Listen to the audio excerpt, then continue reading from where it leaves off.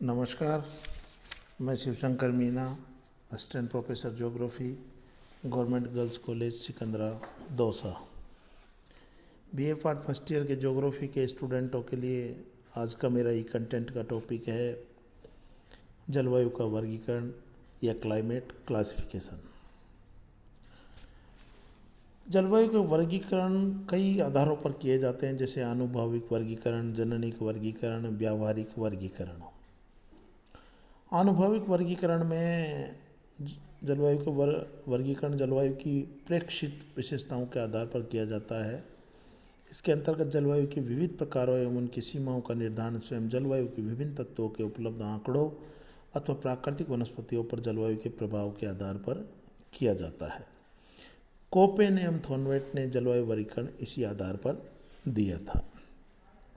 इसमें मुख्यतः हम जलवायु वर्गीकरण में कोपेन और थॉर्नवेट के जलवायु वर्गीकरण का अध्ययन करेंगे और सबसे पहले लेते हैं कोपेन का जलवायु वर्गीकरण, जिसमें हम ये देखेंगे कि उन्होंने किस आधार पर वर्गीकरण दिया था, कब वर्गीकरण दिया, किस प्रकार का वर्गीकरण था, उन्होंने कितने भागों में विभाजित किया और उनके एग्जाम्पल कौन कौन से हैं। और फिर ये जैसे स्क्रीन पे दिख रहा है आपको, ये इसी आधार पर वर्ल्ड के मैप में भी इसको हम समझेंगे। थोड़ा सा मैं आपको पहले बता दूं कि कोपेन का जलवायु वर्गीकरण मात्रात्मक एवं आनुभविक है और कोपेन ने जलवायु का वर्गीकरण सर्वप्रथम 1900 में प्रस्तुत किया, जिसका आधार डी कंडोले का वनस्पति वर्गीकरण था। और पुण्य तापमान एवं वृष्टि के वार्षिक एवं मासिक औसत और उनके मौसमी वितरण के आधार पर उन्होंने 1918 में अपने वर्गीकरण का संशोधन रूप प्रस्तुत किया। इसके पश्चात कोपेन ने अपने वर्गीकरण को अनेक बार परिमार्जित एवं संशोधित करके 1931 में उसका अंतिम रूप प्रस्तुत किया। कोपेन के मौलिक वर्गीकरण का अंतिम संशोधित रूप 1953 ईस्वी में प्रकाशित हुआ, जो कोपेन गीगर पोल के वर्गीकरण के नाम से जाना जाता है।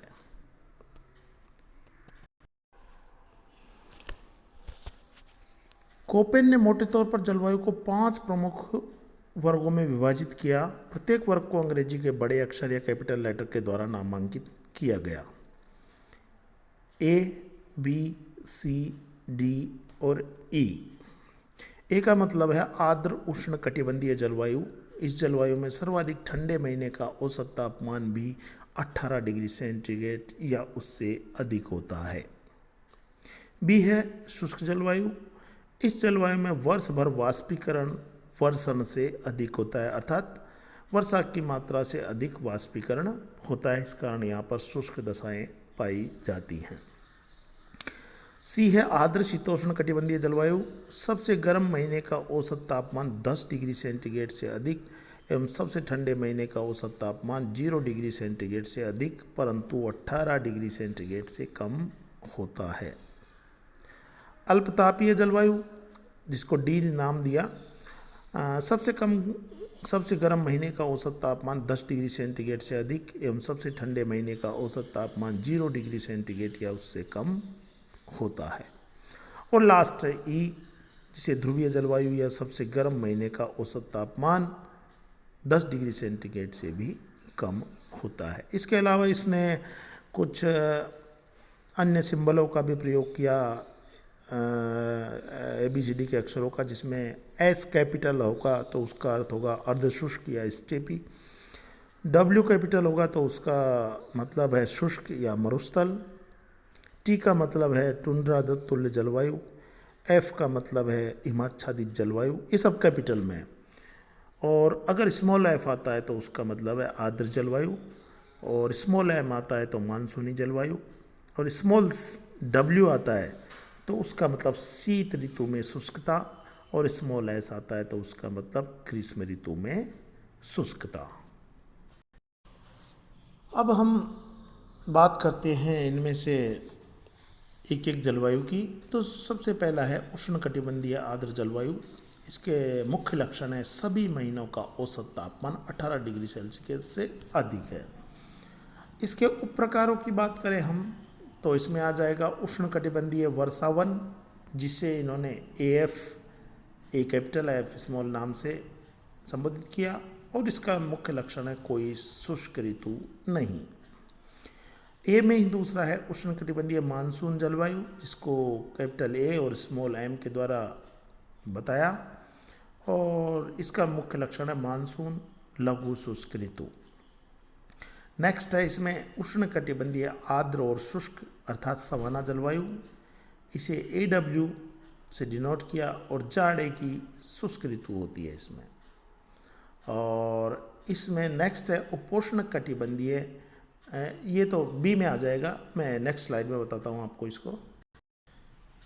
ये देखिए बी शुष्क जलवायु, इसका मुख्य फीचर है वर्षा की तुलना में वाष्पीकरण का अधिक होना। इसमें पहला इन्होंने डिवाइड किया है BSH या उपोष्ण कटिबंधीय स्टेपी, जिसमें निम्न अक्षांशीय शुष्क और अर्ध शुष्क होता है। नेक्स्ट है उपोष्ण कटिबंधीय मरुस्थल BWH, निम्न अक्षांशीय शुष्क जलवायु। और नेक्स्ट है मध्य अक्षांशीय स्टेपी या BSK, जिसमें मध्य अक्षांशीय शुष्क या अर्ध शुष्क होता है। और लास्ट है इसमें मध्य अक्षांशीय मरुस्थल, कैपिटल B, कैपिटल W और स्मॉल k, अर्थात मध्य अक्षांशीय शुष्क। इसमें देखिएगा अगर स्मॉल k आता है तो उसका मतलब होता है शुष्क एवं शीत प्रधान जलवायु, और स्मॉल h आता है तो गर्म एवं शुष्क जलवायु होता है।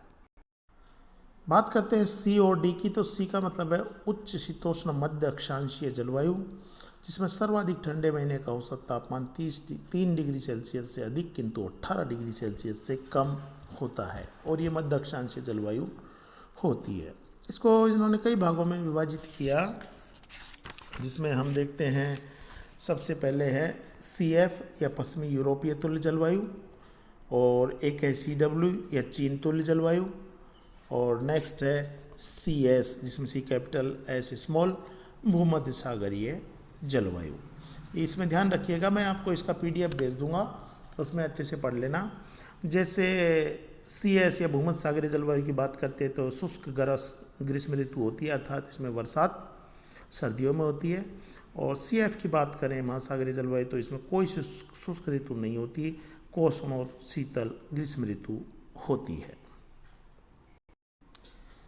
बात करें D के परिप्रेक्ष्य में, तो ये महाद्वीपीय या शीतल हिमवन जलवायु होती है।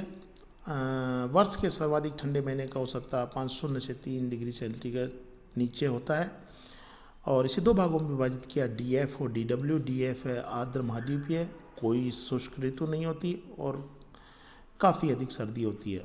और नेक्स्ट है इसमें DW सुबारिक जलवायु, ये उत्तर ध्रुवीय जलवायु होती है, इसमें सर्दी शुष्क एवं भीषण होती है।